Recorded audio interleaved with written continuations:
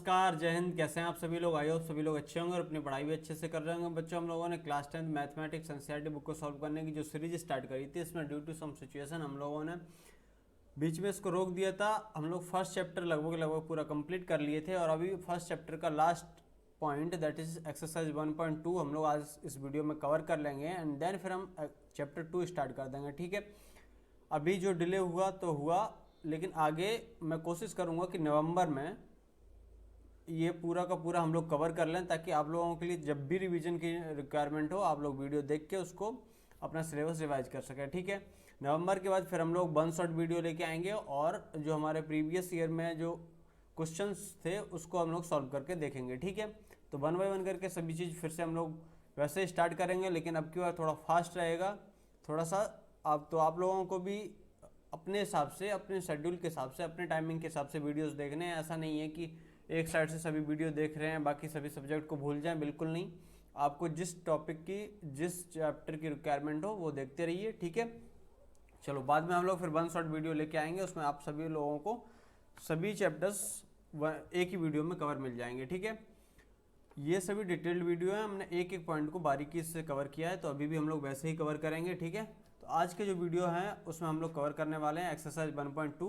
ठीक है, बाकी टेलीग्राम ग्रुप अभी तक आप लोगों ने ज्वाइन कर लिया होगा, वहाँ पे आप लोगों को हैंड रिटन नोट्स और उनके क्वेश्चन और उनके सोल्यूशन सब कुछ अवेलेबल है, आप लोग वहाँ से चेक कर सकते हैं। ठीक है, चलो ये सभी वो टॉपिक्स हैं जो मैं ऑलरेडी कवर कर चुका हूँ, आप लोगों ने वीडियो देखे होंगे। ठीक है, आज हम लोगों का जो टॉपिक है दैट इज एक्सरसाइज 1.2। ठीक है, 1 बाय 1 करके सॉल्व करेंगे, अच्छे से देखेंगे। हालांकि मैं आप लोगों को बता दूं, इस एक्सरसाइज को सॉल्व करते टाइम मैं जो भी कॉन्सेप्ट यूज़ करूंगा वो कॉन्सेप्ट ऑलरेडी मैं पहले प्रीवियस वीडियोस में कवर कर चुका हूं। अगर आप लोगों ने वो नहीं देखे हैं और अगर आपको समझने में दिक्कत आए तो पहले वो वीडियोस रेफर करिए, उसके बाद फिर ये वीडियो देखना। ठीक है, चलो मैं 1 बाय 1 करके सॉल्व करूंगा।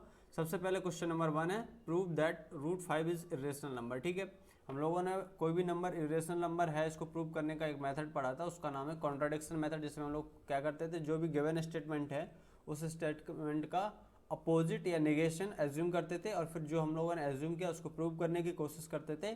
और जो हम लोग प्रूव कर रहे हैं वहाँ पे जाके एक टाइम पे एक ऐसा स्टेटमेंट क्रिएट होता था जिससे कि वो किसी नेचुरल फैक्ट का कॉन्ट्राडिक्ट कर रहा होता था, किसी नेचुरल फैक्ट के अगेंस्ट होता था। इस वजह से हम कहते थे कि जो हम लोगों ने एजम्पशन लिया है वो गलत है और जो गिवन स्टेटमेंट था वो सही है। ठीक है, तो इस हिसाब से 1 बाय 1 करके हम लोग प्रूव करेंगे उसी मेथड का यूज़ करके। ठीक है, तो सबसे पहले हम क्या करेंगे, हम लोग एज्यूम करेंगे कि रूट 5 एक रेशनल नंबर है। ठीक है, assume root 5 is rational number. ठीक है, अब अगर रूट 5 रेशनल नंबर है तो रूट 5 किसी भी नंबर के रेशनल होने की कंडीशन क्या होती है, उसको हम फ्रैक्शन फॉर्म में लिख सकते हैं। और उसके फ्रैक्शन के लिए क्या जरूरी है, जो उसके फ्रैक्शन के नंबर्स हैं that is A comma B are real numbers. यहाँ पे ए और बी रियल नंबर होंगे। और क्या कंडीशन होगी बताओ, सेकंड कंडीशन ये होगी, दे do not have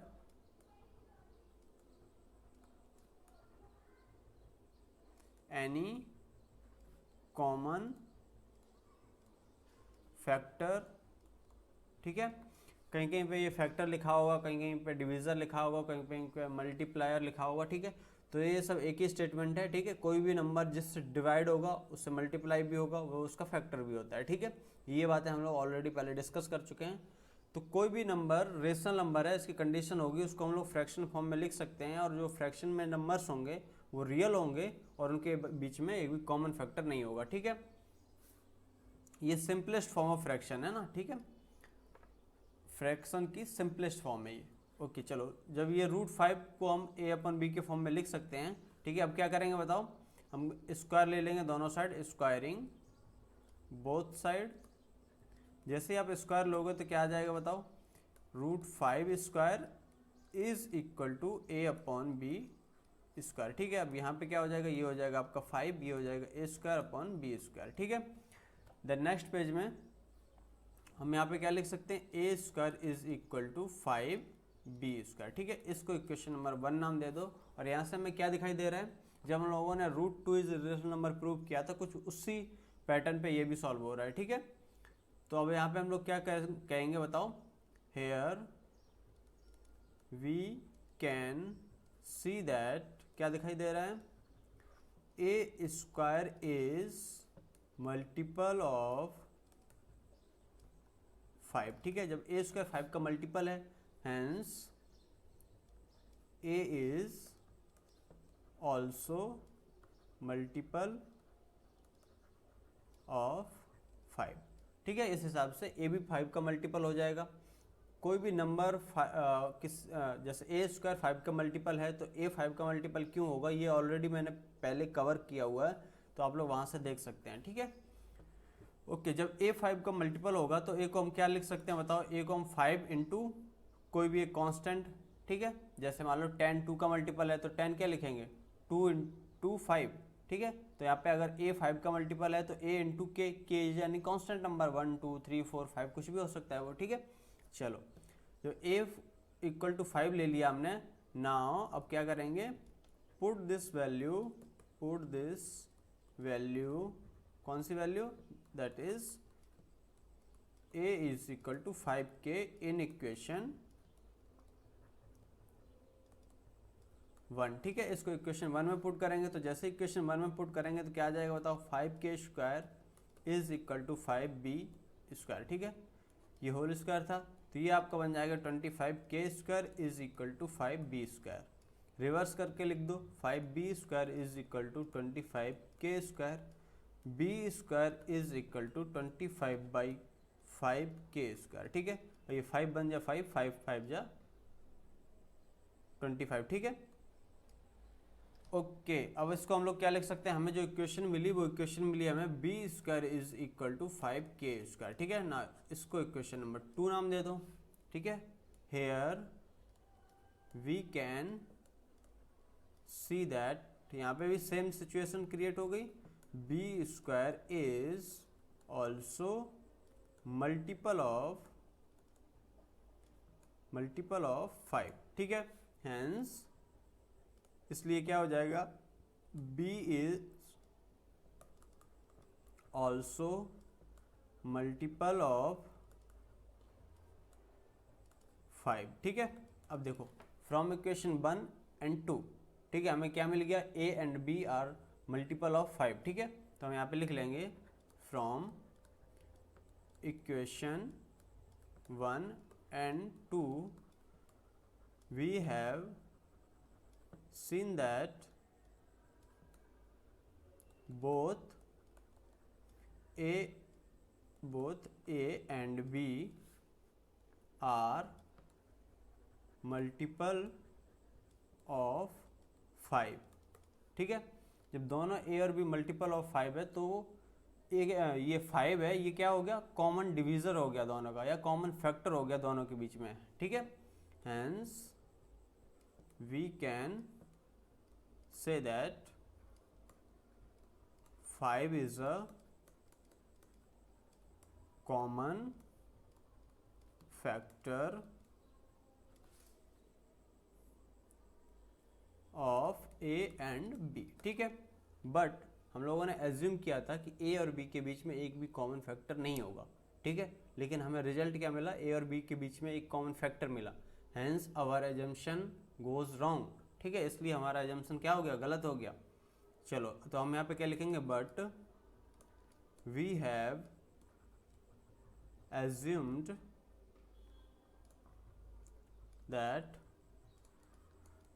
their is no any common factor between a and b, hence our assumption is wrong। इसलिए हमारा assumption क्या हो गया, wrong हो गया। जब assumption wrong हो गया तो क्या हो जाएगा बताओ, therefore we can say that the given statement, क्या स्टेटमेंट था बताओ, √5 is irrational number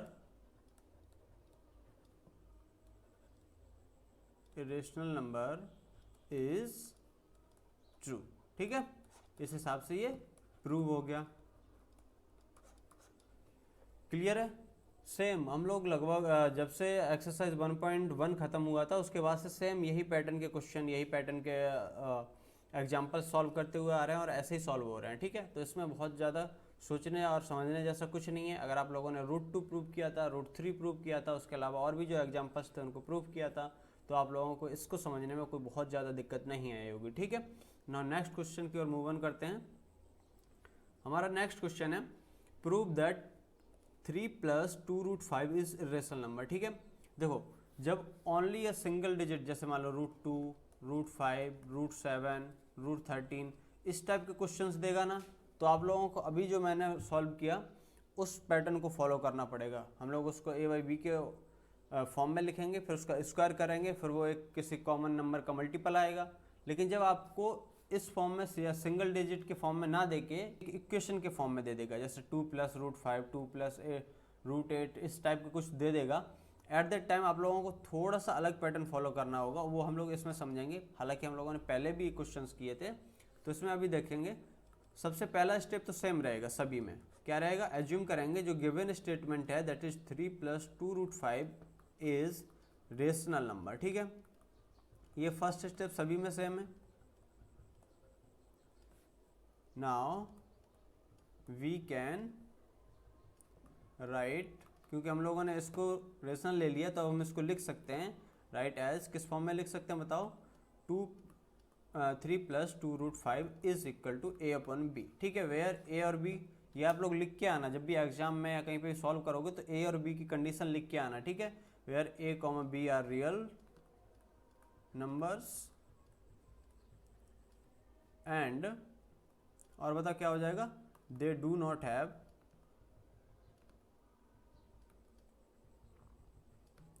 any common factor. ठीक है, ये तो आपको लिख के ही आना है वहां पे। चलो, जब इस टाइप की सिचुएशन आएगी तो देखो उसमें हम क्या कर रहे थे, जब हम लोग एज्यूम कर लेते हैं तो ये उसको फ्रैक्शन फॉर्म में लिखते हैं, देन फिर स्क्वायरिंग करते हैं। लेकिन यहाँ पे हमको स्क्वायरिंग नहीं करना है। ठीक है, यहाँ पे हमको क्या करेंगे, जो रूट का नंबर है इसको एक साइड रहने देंगे और जो रूट के अलावा जितने भी नंबर है उसको दूसरे साइड ले जाएंगे। ठीक है, तो यहाँ पे हम क्या लिखेंगे? सबसे पहले 2√5 इज इक्वल टू a/b - 3। ठीक है, फिर क्या लिख देंगे बताओ? √5 is equal to a - 3b/2। ठीक है, ये हमारी जो इक्वेशन क्रिएट होगी इसको हम लोग इक्वेशन 1 नाम दे देंगे। ठीक है, इक्वेशन 1 को मैं नेक्स्ट पेज में एज इट इज लिख ले रहा हूँ। ठीक है, a - 3b/2। Okay, done. यही थे ना? हाँ, यही इक्वेशन थी। इसको इक्वेशन नंबर 1 नाम दे देंगे। अब यहाँ से देखो थोड़ा सा चेंजेस होगा ना। यहाँ पे क्या है, हम यहाँ पे लिखेंगे वी नो दैट, हमें क्या पता है? a, b, 3 and 2 are real numbers. ठीक है, ये क्या है? हमारे रियल नंबर्स हैं। हैंस जब ये रियल नंबर हैं, कोई भी रियल नंबर, सपोज 8/5, ठीक है, 10/7, 13/7। ठीक है, देखो ये 8 भी रियल नंबर, 5 भी रियल नंबर, 10 भी रियल नंबर, 7 भी रियल नंबर, 13 भी रियल नंबर, 7 भी रियल नंबर। तो जब भी रियल नंबर्स को फ्रैक्शन फॉर्म में लिखा जाता है तो ये क्या बनाते हैं? ये बनाते हैं हमारे रेशनल नंबर। ठीक है, ये सभी के सभी क्या हो जाएंगे? ये रेशनल नंबर बनते हैं। ठीक है, तो अगर ये भी एक रियल नंबर है और ये भी एक रियल नंबर है, ठीक है, देखो ये a - 3b, a की कुछ वैल्यू होगी, b की कुछ वैल्यू होगी, लेकिन ये सॉल्व होके एक नंबर आएगा, वो रियल नंबर होगा और 2 भी एक रियल नंबर है। ठीक है, जब ये दोनों रियल नंबर हैं, ठीक है, ये भी रियल है, ये तो ये होल क्या हो जाएगा? ये हमारा हो जाएगा रेशनल नंबर हो जाएगा। ठीक है, जब भी दो रियल नंबर को फ्रैक्शन फॉर्म में लिखेंगे तो उसका रिजल्ट रेशनल नंबर बन के आ जाएगा। ठीक है, hence we can say that, क्या बोल पाएंगे हम? a - 3b/2 इज ये क्या हो जाएगा बताओ? Rational number.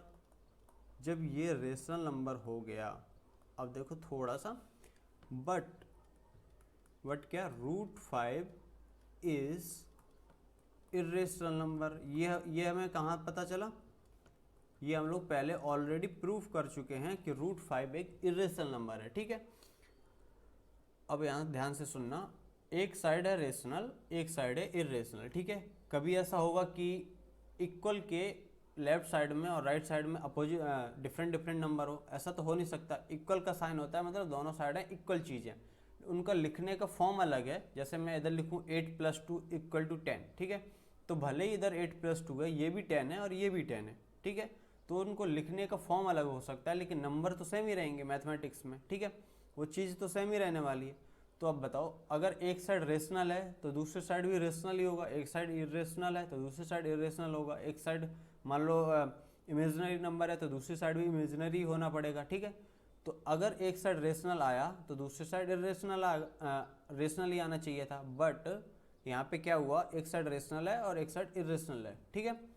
इससे क्या हुआ, इससे ये हुआ कि जो हम एज्यूम कर रहे थे उसका ये कॉन्ट्राडिक्शन है, ठीक है, ये एक मैथमेटिकल फैक्ट के, एक जो नेचुरल फैक्ट है उसका अपोजिट जा रहा है, ठीक है। इस हिसाब से हम लोग क्या क्या कह सकते हैं बताओ, आवर assumption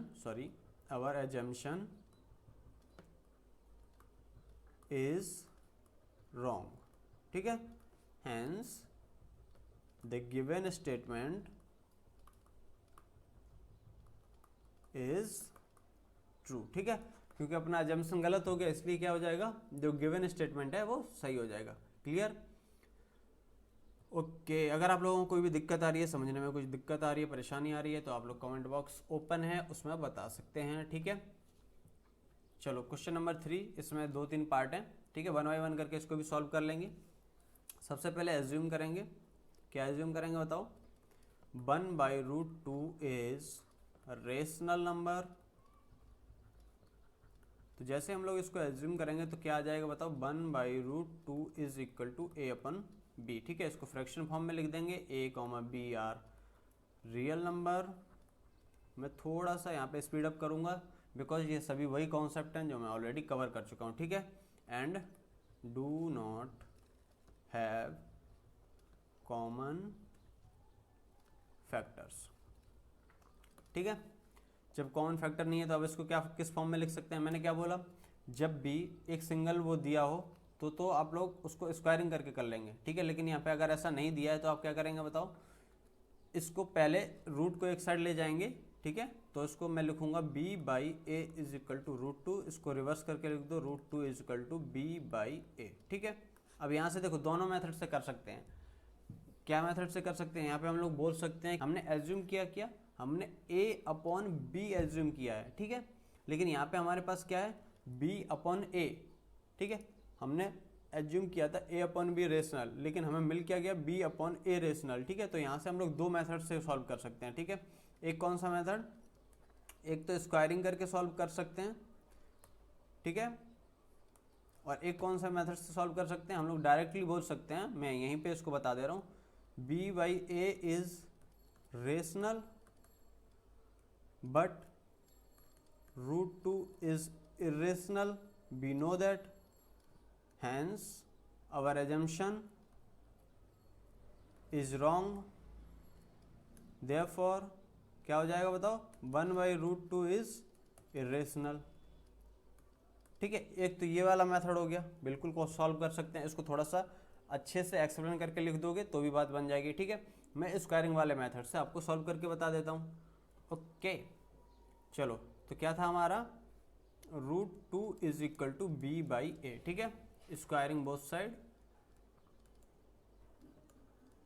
अगर आप लोगों को मैंने पहले जो मेथड को एकदम शॉर्ट में बता दिया, वो कुछ नहीं है जो मैंने सेकंड क्वेश्चन सॉल्व किया है उस, ठीक है, कुछ वैसा का वैसा ही है। अगर फिर भी समझने में दिक्कत आती है तो बता देना, मैं इसको अलग से सॉल्व करके आपको बता दूंगा, ठीक है। फिलहाल हम लोग स्क्वायरिंग मेथड को कंटिन्यू करते हैं। स्क्वायरिंग बोथ साइड, जब दोनों साइड स्क्वायर करेंगे तो क्या आ जाएगा बताओ, ये √2 का square is equal to b/a का स्क्वायर, ठीक है। तो ये आ जाएगा आपका 2 इज इक्वल टू b²/a², इसको थोड़ा सा अच्छे से लिखेंगे तो ये आ जाएगा b² is equal to 2a²। इसको इक्वेशन नंबर 1 नाम दे दो। Here we can see that, क्या दिखाई दे रहा है आप लोगों को अब तक समझ में आ गया होगा, we can see that b² is multiple of 2, hence इसलिए क्या हो जाएगा, b is also multiple of 2, ठीक है, इसलिए b भी मल्टीपल ऑफ 2 हो गया। तो जब b मल्टीपल ऑफ 2 आ गया तो हम क्या कर सकते हैं बताओ, therefore b can write b is equal to 2k। ठीक है, ये k लेना जरूरी नहीं है, आप अपने मन से जो मन चाहो, आपका नाम राहुल है आप r ले लो, आपका नाम यस है आप बाय ले लो, आपका जो मन हो वो ले सकते हो। ठीक है, चलो b is equal to 2k, put this value in equation 1।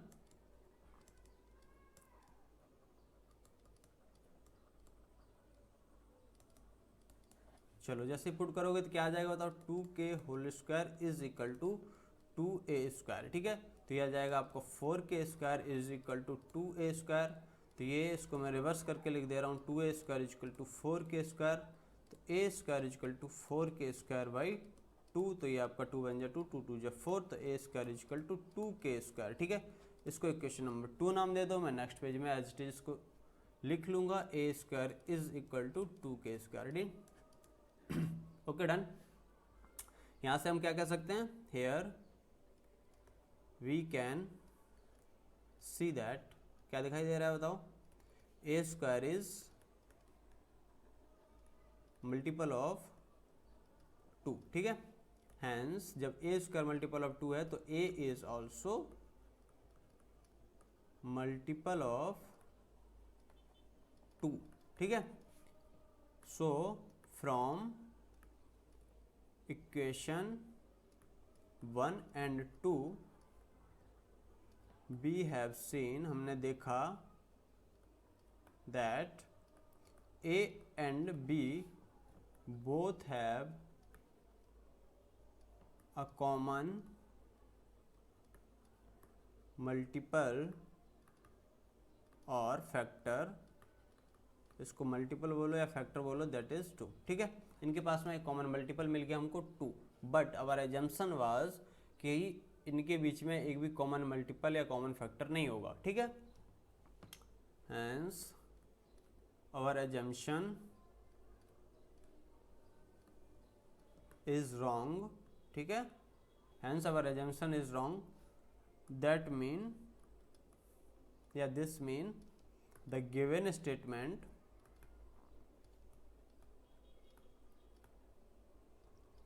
Is true. ठीक है, सिंपल सिंपल सा मेथड है, सिंपल सिंपल सा तरीके हैं, वही पैटर्न है, उसी को फॉलो करना है, कुछ ज़्यादा है नहीं। Okay, now this is our second question. इसको क्या करेंगे, सबसे पहले सेम मेथड से एज्यूम कर लो, एज्यूम 7/√5 इज रेशनल नंबर। जैसे ही इसको रेशनल नंबर हम लोग बोलेंगे तो इसको किस फॉर्म में लिख सकते हैं, इसको फ्रैक्शन फॉर्म में लिख सकते हैं। Hence we can write it in fraction form. ठीक है, तो इसको लिखो 7/√5 is equal to a upon b। यहाँ पे a और b की कंडीशन क्या होगी, a, b are real numbers and do not have any common factor. ठीक है, चलो अब इसको क्या करेंगे, मैंने बोला था ना जब भी आप लोगों को √5, √7, √टाइप इसका दिया हो तो आप लोग उसको स्क्वायरिंग करके सॉल्व कर देना, लेकिन वैसा नहीं दिया है तो ज़्यादा कुछ करने की ज़रूरत नहीं है। सिर्फ और सिर्फ क्या करोगे, रूट वाला जो नंबर है उसको एक साइड ले जाओगे और बाकी अदर नंबर्स को एक साइड ले जाओगे। ठीक है, तो ये किस फॉर्म में आ जाएगा, 7b/a। ठीक है, इसको रिवर्स करके मैंने क्या किया, पहले उसको रिवर्स किया और फिर इस फॉर्म में लिख दिया। ठीक है, ओके, मैं एक बार बता देता हूँ, यहाँ पे ध्यान से देख रहा ना, मैंने क्या किया, मैंने सबसे पहले b/a इज इक्वल टू √5/7 इसको रिवर्स किया और फिर 7 को इधर ले गया। ठीक है, तो जब मैं 7 को इधर ले जाऊँगा तो ये हो जाएगा 7b/a इज इक्वल टू √5 और यहाँ से मैं फिर रिवर्स करके ये लिख दिया। ठीक है, तो ये 2 स्टेप मैंने गैप किए थे। आई होप आप लोगों को दिक्कत नहीं होगी। चलो अब जैसे इस फॉर्म में आएंगे तो यहाँ से हमें क्या दिखाई दे रहा है बताओ, here we can see that. ठीक है, जैसे इस फॉर्म में आएंगे b, a and 7 are real numbers. जब ये रियल नंबर्स हैं, ठीक है, हैंस क्या हो जाएगा बताओ, 7b/a इज ये क्या हो जाएगा, रेशनल नंबर। ठीक है,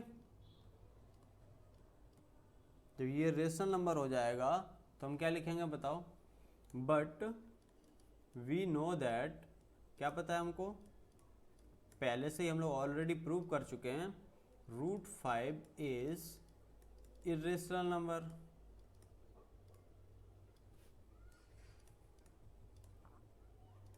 ठीक है, तो ये फिर वही सिचुएशन, एक साइड रेशनल एक साइड इरेशनल है। ठीक है, hence we can see that, hence we can say that our assumption is wrong. So the given statement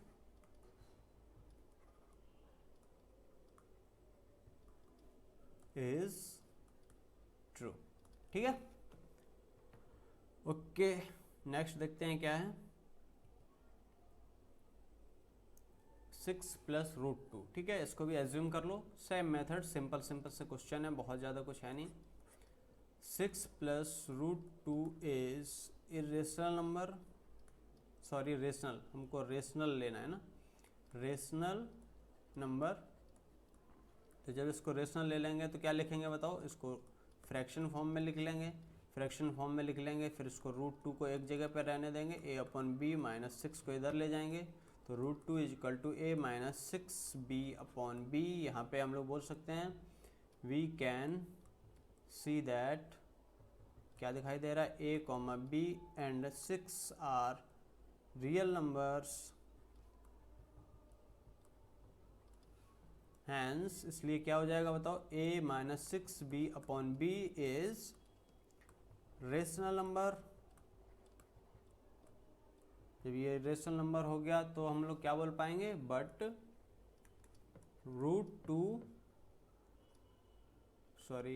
√2 is irrational number. ये हमको पहले से पता था। ठीक है, बट यहाँ पे लिख लो वी नो दैट, क्या पता है, √2 is irrational number, hence we can say that, क्या बोल सकते हैं बताओ, आवर assumption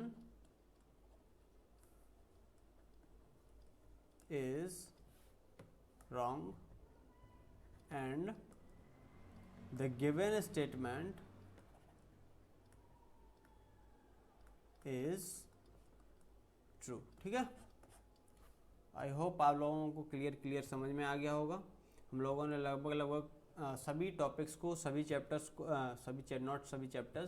सभी कॉन्सेप्ट को डिटेल में एक्सप्लेन कर लिया है, अच्छे से समझ भी लिया है। ठीक है, इसके बाद भी अगर आप लोगों को कोई डाउट रहता है तो आप लोग, टेलीग्राम ग्रुप अवेलेबल है आप लोगों के लिए, आप लोग वहाँ बता सकते हैं, आप लोग कमेंट बॉक्स में बता सकते हैं। ठीक है, ये हमारा चैनल है, इसको अभी स्टार्ट करने में थोड़ा सा डिले हो रहा है, लेकिन आप 1 वीक के अंडर ये हम लोग स्टार्ट कर लेंगे। एंड ये आप लोगों ने अब तक सब्सक्राइब कर लिया होगा, ये 2 चैनल हैं जो आप लोग अभी तक ज्वाइन कर लिए होंगे। यहाँ पे आप लोगों के लिए handwritten notes, previous year के पेपर, उनका सोल्यूशन और बोर्ड एग्जाम की स्ट्रेटजी, सब कुछ मैं शेयर करते रहूँगा। ठीक है, तो अगर आप लोगों ने ये चैनल सब्सक्राइब नहीं किया है और ये टेलीग्राम ग्रुप ज्वाइन नहीं किया है तो अभी कर लीजिए और अपने दोस्तों का शेयर ज़रूर कर देना। ठीक है, thank you for watching the video. अगर आप लोगों को अच्छा लग रहा है तो लाइक, शेयर एंड सब्सक्राइब। मिलते हैं नेक्स्ट वीडियो में, तब तक के लिए take care, thank you, bye bye.